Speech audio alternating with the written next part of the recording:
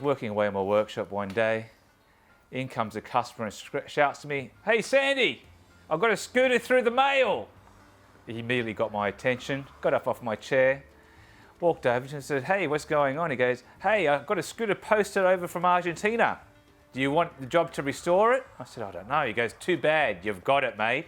So he brought in the scooter, basket case as usual, but it was a TV175. He had already had a TV 175 Series 1, TV 175 Series 2, TV 200, and this TV 175 would make what he would call his set of TV in his collection. So the job went ahead for me to strip the scooter.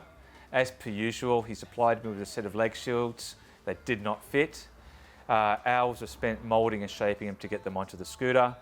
Once the dry build was complete, we stripped the scooter, sent it off to paint, where he decided to paint her in a what I call a white and blue Greek flag style.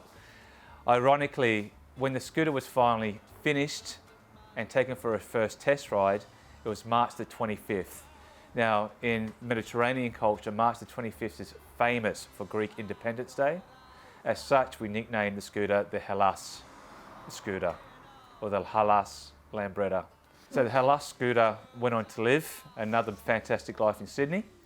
And in 2019, she won Best Scooter at the National Lambretta Scooter Jamboree in Canberra and took out first place.